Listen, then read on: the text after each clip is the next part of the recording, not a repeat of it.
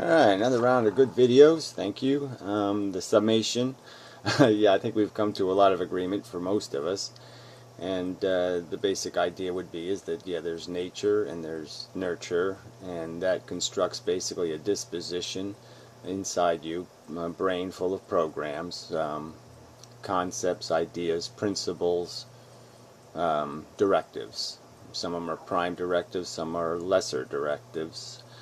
And that we're just basically constructed by our life experience, and this becomes a reflex of sorts, and we express that reflex as what we call a personality or an identity. But that identity is mechanical in its origin, not anything else, and there is nothing besides those programs running inside our brain. There's no relevant random. I think that's off the table. That a good will is the more difficult will. I guess the simplest way to put it is lots of ways to do something wrong and fewer ways to do something right. So no matter what the thing is, any kind of chore, installing a water heater, whatever, yeah, there's only a few ways to do it right, and there's lots of ways to do it wrong. And that's the nature of our construction.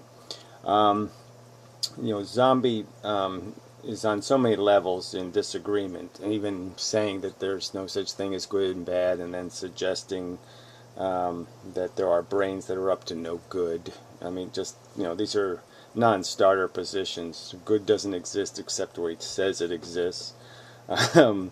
You can't go anywhere with that. So if you want to try, you may.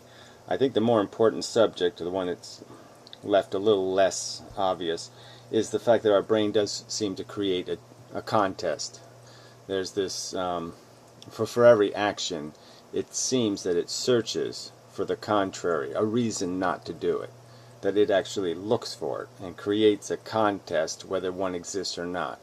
And I would almost argue that's sort of like this nature to be inhibited, to be a little bit risk aware, if not risk averse, and that we have to overcome that inhibition in whatever the activity is. It does slow us down enough to say, are we certain or are we uncertain? And that's sort of what I would say is part of this hierarchy. There are reliable concepts in our brain and less reliable concepts, ones that we have more doubt about, and those stimulate this inhibition and this time the brain takes. It actually takes time. You sit there sometimes and say, I don't quite know what to do, and your brain works on it, and you wait for it to come up with an answer. So that might be an interesting subject to get to, in the sense of the subject of responsibility. Because I would guess I would sort of argue that this idea of responsibility comes into play more based on something's potential. Say somebody can play the piano very well, and they show up to your house and they just bang on the keys. You could say, okay, I'm going to judge them for that because, hell, I know they can do a lot better than that. That's way underperforming.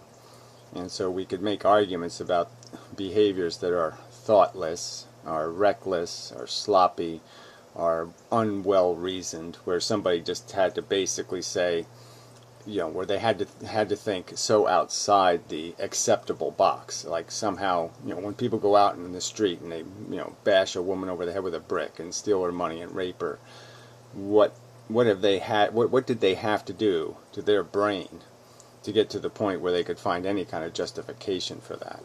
And those things seem so overtly selfish or so overtly nonsensical that that would be a standard where we'd say, that's just too effed up. That's just not right.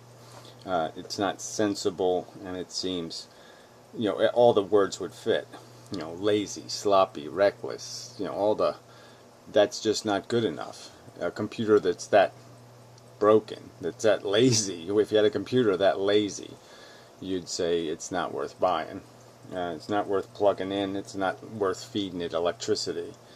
So that's, I guess, how I would define responsibility. Is it's more of a standard of minimum performance, And I think broken, the idea of somebody being broken in their logic or in their capacity to control their behavior is a more accurate way of looking at it than right wrong, or in some judgmental way beyond the fact that you're just saying they can't install the water heater. They just can't get it right, and they need to be able to get it right to play the game. You have to have a certain level of competence to play the game, I guess is the point. So maybe that subject has some, we can get some mileage out of that idea of responsibility, or holding somebody responsible in a world where their brain is composed by environment and is deterministic. So, sorry I went on a little longer than I intended again.